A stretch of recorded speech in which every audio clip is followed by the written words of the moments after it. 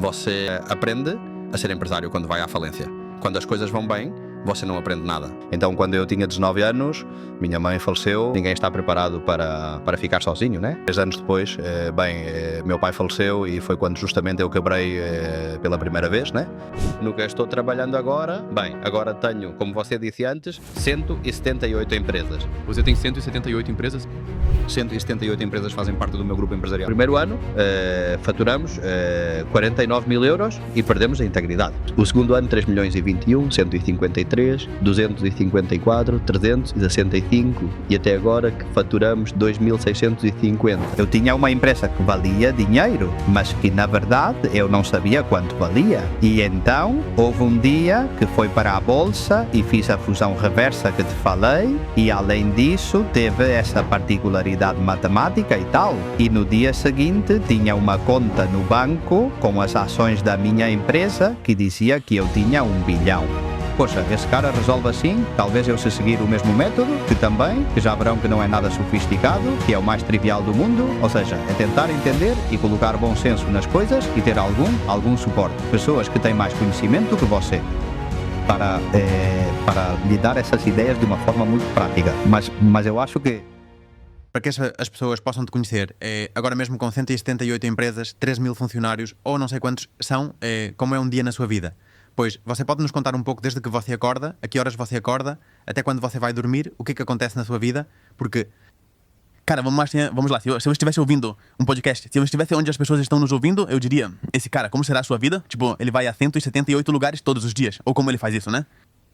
não, normalmente eu, quando decidi ter maestros, decidi delegar as funções de direção aos meus maestros. Então, o que eu faço, basicamente, é pensar para onde quero que minhas orquestras vão, não é? Decidir qual ópera vamos fazer nesta temporada e qual ópera sim, qual ópera não.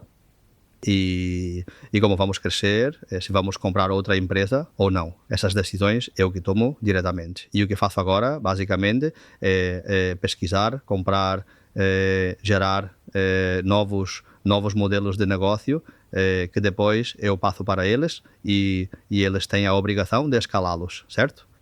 Eu vou experimentando coisas, então amanhã, se vocês me acompanharem, vão ver que estou em vários projetos. Vamos visitar algumas das empresas, que é o que costumo fazer, ou seja, despacho com eles normalmente, né? Então talvez normalmente eu me levanto, depois de levar os filhos para a escola, então o que costumo fazer é ir despachar, tomar café da manhã com um dos diretores gerais de uma das empresas mais importantes. Café da manhã com ele e tal, faço 1 hora de inglês, porque uma das coisas mais importantes que temos os espanhóis, em detrimento de outros países, é que falamos muito mal inglês e que se você quer sair para fora, então você tem que falar muito bem inglês. Mas saber inglês muito bem é saber interpretar uma piada em inglês, sabe? Não é o I am you are, isso não te serve para nada.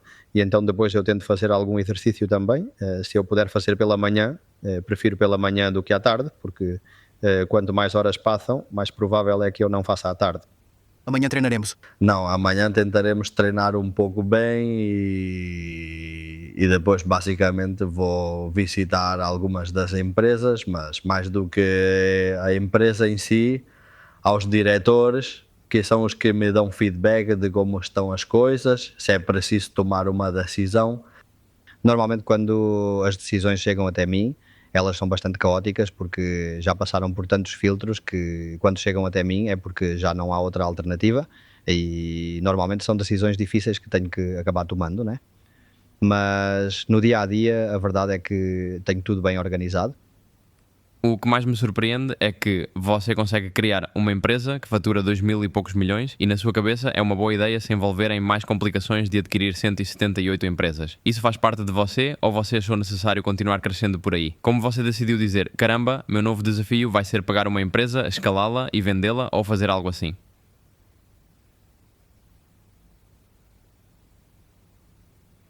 A verdade é que cada vez que passa com o passar dos anos tenho menos vontade. Quando eu tinha a idade de vocês ou um pouco mais novo, eu era um lobo insaciável. Agora sim, com certeza, a maturidade me permite tomar decisões muito mais rápidas e vejo coisas muito óbvias que, olhando para trás, penso, minha nossa, me deixaram até lascado. E naquele momento eu via claramente, e agora vejo claramente, que aquilo foi uma porcaria, sabe? Então agora, o que antes levava uma semana para eu tomar uma decisão, agora leva 10 minutos, mas não porque eu seja muito esperto, mas porque já passei por todas, porque já vi de tudo e porque há coisas subjetivas que agora eu percebo logo e que antes me enganavam, sabe? Bem, agora depende do que você trazer para mim. Então, eu digo a você, veja, bem, por aqui sim ou por aqui não. E a decisão é imediata. E antes levava 2 semanas, 10 mais, tomavam a decisão e eu não sabia por que a havia tomado. Quer dizer, a experiência agora é um grau para mim. A verdade é que sim, mas é certo que... Então, a quantidade de dopamina que o dinheiro gera para você é muito limitada. A partir daí, você tem que buscar outro tipo de dopamina, porque senão o ego, que é o que falávamos antes, é como diabo. O ego é como um tubarão que precisa comer todos os dias. Precisa lhe dar algo. Então, o dinheiro é pouca isca para o ego. Você precisa de outras coisas. O que te motiva agora? Bem, no final, depois do dinheiro e do ego, está o poder, basicamente. A próxima tela, eu já passei a primeira tela e derrotei o monstro, sabe? A próxima tela eu ainda não passei e eu acho que a segunda tela é poder. Você se vê parando alguma vez? Trabalhar não, a acumular sim. A acumular não faz sentido. Eu acho que eu neste momento me movo por dinheiro como todo mundo, mas eu tenho minhas necessidades económicas cobertas. Eu agora me movo por outro tipo de motivações, sabe? Eu às vezes é que estou em alguma reunião que olho quem está ao meu lado e digo, poxa, se aqui houvesse uma câmara, isso venderíamos para a Netflix, hein, cara? Mas porque isso me parece muito louco, né? De onde eu venho e me ver bem sentado com ver de onde quem e tal, e tendo, ou seja, agora eu realmente posso dizer que em 3 chamadas eu me sento com quem quiser da Espanha, e isso sim que eu noto, e há 15 anos eu não conseguia fazer isso, e agora sim. Está vendo? Agora eu entro em contato com um, com outro e me sinto, eu quero comprar essa empresa. Em 3 contatos chego ao tio, ou quero fazer negócios com uma pessoa. Em 3 chamadas chego ao tio. Isso, é isso. É bastante pesado. É pesado, sim. Por isso, em parte, você decidiu começar a aparecer mais nas redes sociais e começar a criar conteúdo e compartilhar o que sabe? Bom, eu acho que compartilhar o que sei é uma responsabilidade social. Quer dizer, no final das contas, eu acredito mais em ensinar a pescar. E eu gostaria de fazer 2 coisas com a minha presença em conteúdos. Eu acredito que vocês que estão nas redes sociais não têm consciência do poder que têm, da capacidade de mobilizar pessoas, ou seja, do poder que isso gera. E depois eu acho que os empresários têm a responsabilidade social de tentar ajudar os novos empresários, né, a poder pegar atalhos, né? E eu acho que o meu conhecimento pode ser atalhos para muitas pessoas, né? E eu acho que às vezes precisamos desse tipo de mentoria, não? Então eu gostaria de tentar ajudar as pessoas. Eu teria adorado se tivessem me ajudado. Bem, tentar poder iluminar o caminho de muitas pessoas. Isso está um pouco relacionado com o tema da educação que falávamos antes. Como se não houvesse interesse em que surgissem novos empreendedores. Na Espanha, realmente, porque nos Estados Unidos é como se houvesse mais incentivo ao empreendedorismo. Aqui na Espanha é verdade que me senti bastante perdido nesse aspecto. Bom, no final, quando eu apareci pela primeira vez na Forbes, ligo para esse cara e tal, e ele me diz, olha, a Espanha é o lugar da Europa onde menos a riqueza mudou de mãos nos últimos 100 anos, né?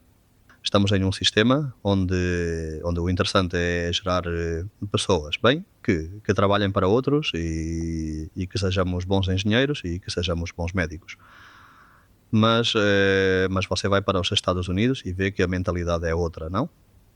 E a riqueza tem que ser gerada, sem dúvida, porque senão, tipo, para distribuir a riqueza, primeiro é preciso gerá-la. E cada vez há menos pessoas na Espanha que geram riqueza. E aqueles que a geram, muitos deles, na primeira oportunidade, vão embora. E isso tem um pouco a ver com o encantamento, né? É muito difícil, né? Obrigar sua namorada a ficar com você, você tem que conquistá-la. Bem, isso é a mesma coisa com as pessoas, né? Acontece que aqueles com mais poder econômico são os que têm mais facilidade para ir embora. Então teria que haver um planejamento, porque se queremos que alguém pague pela festa, deveríamos cada vez mais incentivar que as pessoas que fiquem aqui, graças a quererem ficar aqui, então paguem pela festa. Porque não é segredo para ninguém que vocês vão enfrentar dificuldades com as aposentadorias e trabalhar a vida toda pagando uma fortuna para não sobrar nenhuma pensão triste, é muito